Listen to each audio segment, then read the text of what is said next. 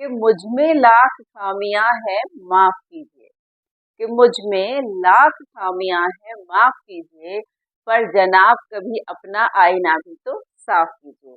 Hi friends, स्वागत है आप सभी का मेरे यूट्यूब चैनल हिंदी पॉइंट में, जिसमें कि मेरा प्रयास रहता है हिंदी को बहुत ही आसान तरीके से आप तक पहुंचाने का। फ्रेंड्स, आज जो मैं टॉपिक लाई हूँ वो है सूरदास जी के लिए। सूरदास एक ऐसा टॉपिक है जो कि किसी परिचय का मोहताज नहीं है। सूरदास जी के बारे में सबको पता है, कितने बड़े कृष्ण भक्त हुए थे। फिर जो लोग चैनल पर नए जुड़े हैं, चैनल को लाइक कर लें, सब्सक्राइब कर लें और बेल आइकन को जरूर प्रेस कर लें। तो वीडियो में शुरू से आखिर तक बने रहिएगा। तो चलिए शुरू करते हैं। सूरदास जी के बारे में जानकारी बोर्ड से शुरुआत करते हैं, उसके बाद और भी जानकारी मैं आपको दूंगी। तो चलिए देखते हैं बोर्ड पे मैंने क्या लिखा है। फ्रेंड्स, सूरदास जी के जन्म की अगर हम बात करें तो सन था इनका 1478। हाँ, मैंने लिख दिया है 1478 में इनका जन्म हुआ था और ये अनुमान है, लेकिन बहुतायत माना यही जाता है। कभी भी एग्जाम में आता है, 4 ऑप्शन आते हैं तो आप यही टिक करेंगे। फिर जन्म स्थान इनका रूनकता या सीही बताया जाता है। कुछ लोगों ने रूनकता कहा, कुछ लोगों ने सीही कहा, लेकिन इनका जो बहुतायत मतलब बहुत सारे लोगों ने जिसे माना वो सीही को माना। और इनके गुरु जो थे वल्लभाचार्य जी थे। फ्रेंड्स, ये ऐसा क्वेश्चन है कि चाहे कोई प्रतियोगी परीक्षा है या कोई भी एग्जाम है, उसमें ये नाम जरूर पूछा जाता है कि सूरदास जी के गुरु का क्या नाम था। साहित्यिक इनकी रचनाएं थी सूर सारावली और साहित्य लहरी और सूर सागर। सूर सागर में क्या था, इसमें श्री कृष्ण जी के बचपन यानी बाल काल से लेकर के द्वारिकाधीश तक बनने तक की जितनी भी घटनाएं हैं उनका वर्णन किया गया। उसके बाद सूर सारावली में श्री कृष्ण जी की जो रास लीला थी उसके बारे में पूरा वर्णन किया गया है। साहित्य लहरी जो है ये एक गद्य रचना है जिसमें सूरदास जी ने अपने निजी अनुभवों को साझा किया है, अपने जीवन की जो घटनाएं हैं उनके बारे में बताया। और इनकी जो भाषा थी ब्रज भाषा थी। फ्रेंड्स, ऐसा नहीं है कि इनसे पहले ब्रज भाषा नहीं थी, ब्रज भाषा थी, लेकिन जितना सुंदर इन्होंने ब्रज भाषा से अपना काव्य सृजन किया वो ऐसा लगता है कि जैसे इन्होंने बहुत ही सुंदर तरीके से किया है, जैसे कि इन्होंने खुद ही ब्रज भाषा को सबके संज्ञान में लाया हो, जबकि पहले से आ रही थी, लेकिन इन्होंने और अच्छे तरीके से समाज तक उसे पहुंचाया। फिर इनकी जो मृत्यु का समय है वो 1583 दिया हुआ है। फ्रेंड्स, 1583, वैसे एक दो सन और दिए हुए हैं, लेकिन जो बहुत लोगों ने जिसे माना, जिसको सर्वमान्य माना गया, वही जानकारी मैं आपको याद दे रही हूँ। 1583 इनके जन्म का टाइम था। फ्रेंड्स, इनका जन्म जो मैंने बताया आपको रूनकता या सीही में था, और इनका ये वाली हेडिंग की बात कर रही हूँ, इसके बारे में आपको बता चुकी हूँ कि इनका जन्म कहाँ हुआ था। सीही में हुआ था और 1478 में हुआ था, और ये पुष्टि मार्ग में दीक्षित हुए थे। फ्रेंड्स, इनके लिए हमेशा कहा जाता है कि इनको पुष्टि मार्ग का जहाज भी कहा जाता है। ये पुष्टि मार्ग में दीक्षित हुए थे। पुष्टि का अर्थ होता है फ्रेंड्स पोषण, यानी भगवत कृपा, ईश्वर की कृपा प्राप्त होना, ईश्वर द्वारा पोषित होना। फिर ये अष्टछाप के कवि, ये अष्टछाप के कवियों में से एक थे। अब अष्टछाप क्या है? अष्टछाप 8 कवियों का एक समूह है जो वल्लभाचार्य जी के पुत्र विठलनाथ जी जो है, यहाँ मैंने लिखा है विठलनाथ जी द्वारा बनाया गया था। 4 शिष्य वल्लभाचार्य जी के थे, 4 शिष्य विठलनाथ जी के थे। तो अभी ये वाला मैं पॉइंट ले रही हूँ अष्टछाप के कवि वाला, तो ये मैंने यहाँ लिख दिए हैं। फ्रेंड्स, ये आपको आगे आसानी रहेगी, स्क्रीनशॉट लेकर के आपके पास नोट डाउन आप कर सकते हैं।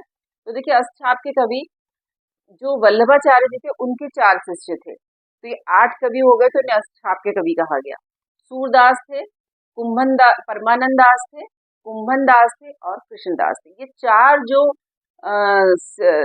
शिष्य थे इनके वल्लभाचार्य जी के, ये अष्टछाप के पहले 4 कवि थे।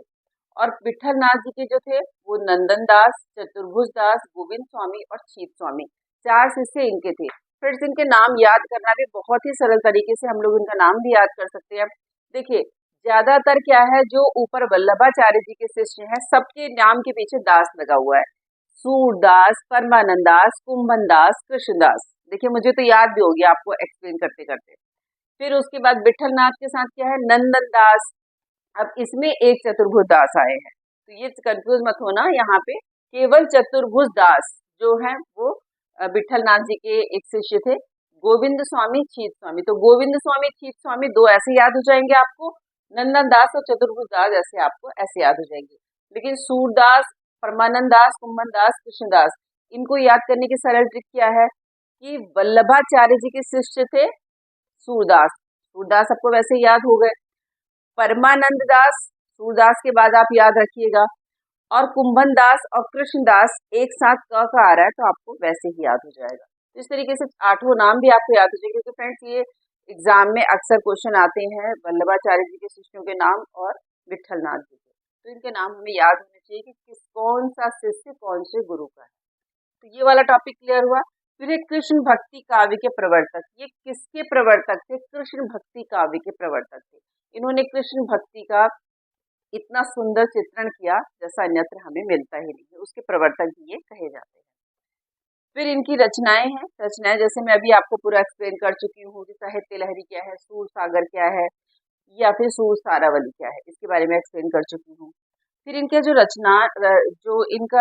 जो देहांत है वो पारसौली में हुआ था। फ्रेंड्स आपको सन तो मैंने यहाँ पे लिख दिया था 1583, लेकिन जो स्थान था वो पारसौली था।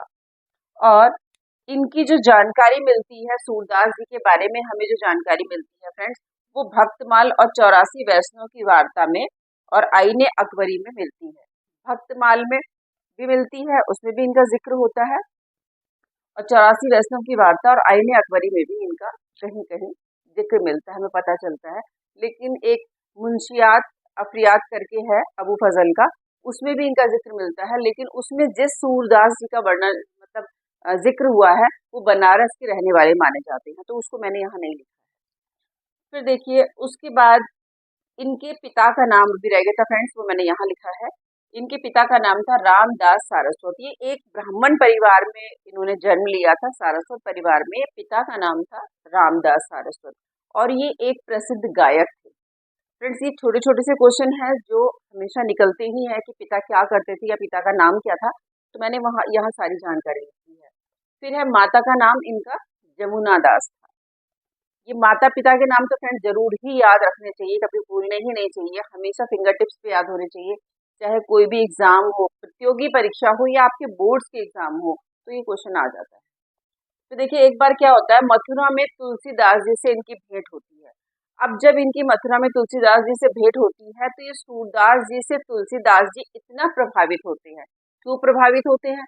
क्योंकि सूरदास जी की जो कृष्ण के प्रति प्रेम भक्ति थी उसको देखकर तुलसीदास जी बहुत अधिक प्रभावित होते हैं, और वो क्या करते हैं कि इनसे प्रभावित होकर श्री कृष्ण के लिए कृष्ण गीतावली की रचना करते हैं।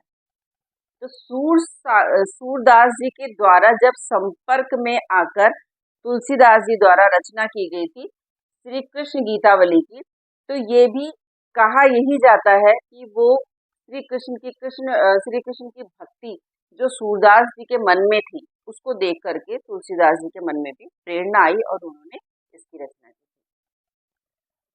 फ्रेंड्स देखिए सूरदास जी का नाम जो है, पहले सूरदास से पहले सूरध्वज था। यहाँ फ्रेंड्स मैंने लिखा भी है, देखिए इस जगह पे उनका नाम सूरध्वज था और इनको सूरदास की उपाधि दी गई थी वल्लभाचार्य द्वारा।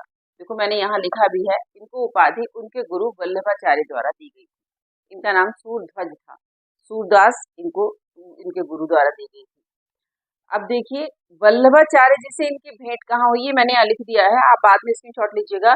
वल्लभाचार्य जी से इनकी भेंट जो है आगरा के पास गऊ घाट में हुई। और जब गऊ घाट में हुई तो वहां पे इन्होंने मतलब सूरदास जी ने अपने स्वरचित जो पद थे वो वल्लभाचार्य जी को सुनाए। तो उनके पदों को सुनकर के वल्लभाचार्य जी को बहुत अच्छा लगा। उन्होंने इनसे बोला कि आप लीला गान करें श्री कृष्ण का। तो उनसे उपदेश लेकर के, उनकी बातों को सुन करके मतलब उनको ही अपना गुरु मान करके सूरदास जी आते हैं और श्री कृष्ण विषयक जो जितने भी पद थे, रचनाएं थी, वो लिखनी शुरू करते हैं। तो इस तरीके से श्री कृष्ण जी के बारे में ये बहुत अधिक लिखना शुरू करते हैं, उनकी बाल लीलाओं से लेकर के सारा आगे तक का। अब बाल लीला का तो इन्होंने इतना सुंदर वर्णन किया है कि इनके लिए कहा भी गया है कि अपनी बंद आंखों से सूरदास जी वात्सल्य का ऐसा वर्णन कराए हैं जैसा अन्यत्र कहीं और नहीं है।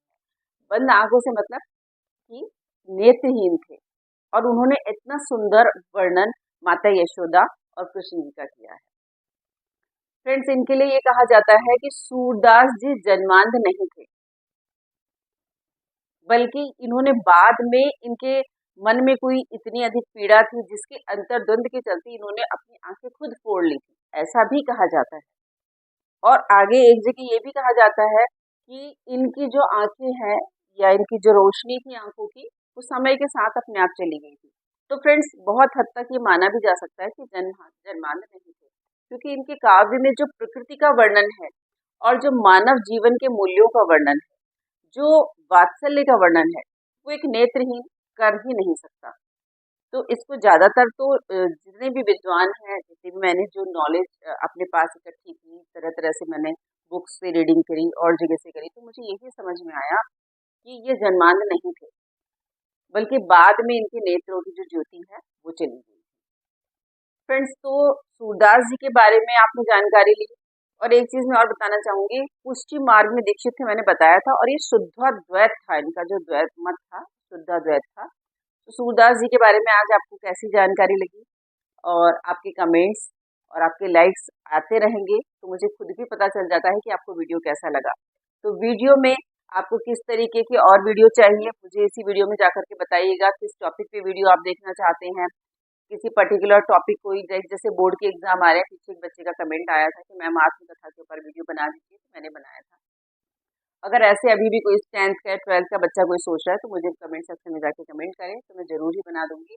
तो चलिए, आप लोग करिए वीडियो एंजॉय, और मैं चलती हूँ अपनी नई वीडियो की तैयारी में। तब तक के लिए जय हिंद, जय भारत।